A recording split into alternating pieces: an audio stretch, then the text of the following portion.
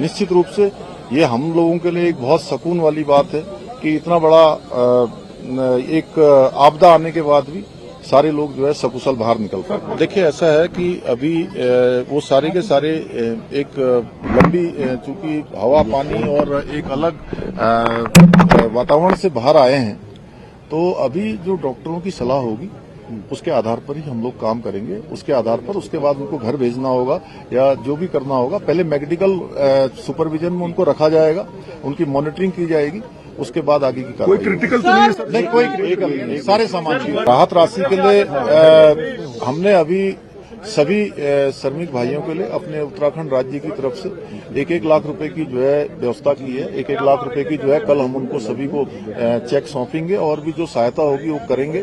और NHI DCL जिसमें वो सभी लोग काम करते हैं, उनसे भी हम अनुरोध करेंगे कि उस हमारे इन श्रमिक भाइयों को जो 41 हैं उनको जो है कुछ दिनों के लिए 15 दिन 20 दिन या 1 महीने के लिए सवेतन उनको जो है उनके घर जाने के लिए और रहने की जो है अनुमति दे दें। इस पूरी कड़ी में रैट माइनर्स की भूमिका कितनी अहम थी?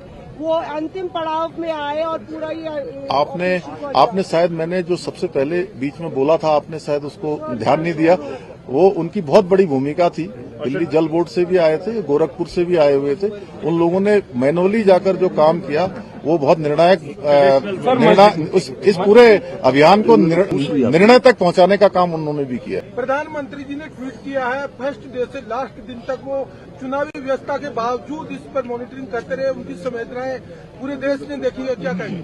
मैंने आपको शुरुआत में ही कहा था कि माननीय प्रधानमंत्री जी का अगर इतना विशेष इस पर अभियान पर ध्यान नहीं होता, विशेष उनका जोर नहीं होता, तो इतना कठिन चुनौतीपूर्ण अभियान इस तरीके से पूर्ण करना आसान नहीं होता। और उन्होंने और अभी भी उनका कितना ध्यान है कि प्रातःकाल जब वो चुनाव अभियान में निकलते होंगे, प्रत्येक दिन जानकारी लेते थे और किस प्रकार से रेस्क्यू अभियान को चलाना है उस प्रकार से करते थे। एक तरह से मैं उत्तराखंड का मुख्य सेवक हूं, मुझे उन्होंने एक काम दिया हुआ था कि किसी भी तरीके से इस काम को सफलता की ओर ले जाना है। सर, अब आगे की प्रक्रिया क्या होगी? देखिए अभी उनको अस्पताल भेजा जाएगा, 24 घंटे के ऑब्जर्वेशन में रखा जाएगा और उनको घर भेजा जाएगा। देखिए, ऐसा है कि अभी वो सारे के सारे एक लंबी चूंकि हवा पानी और एक अलग वातावरण से बाहर आए हैं, तो अभी जो डॉक्टरों की सलाह होगी उसके आधार पर ही हम लोग काम करेंगे। उसके आधार पर उसके बाद उनको घर भेजना होगा या जो भी करना होगा, पहले मेडिकल सुपरविजन में उनको रखा जाएगा, उनकी मॉनिटरिंग की जाएगी, उसके बाद आगे की कार्रवाई। कोई क्रिटिकल तो नहीं है सर? नहीं, कोई क्रिटिकल नहीं।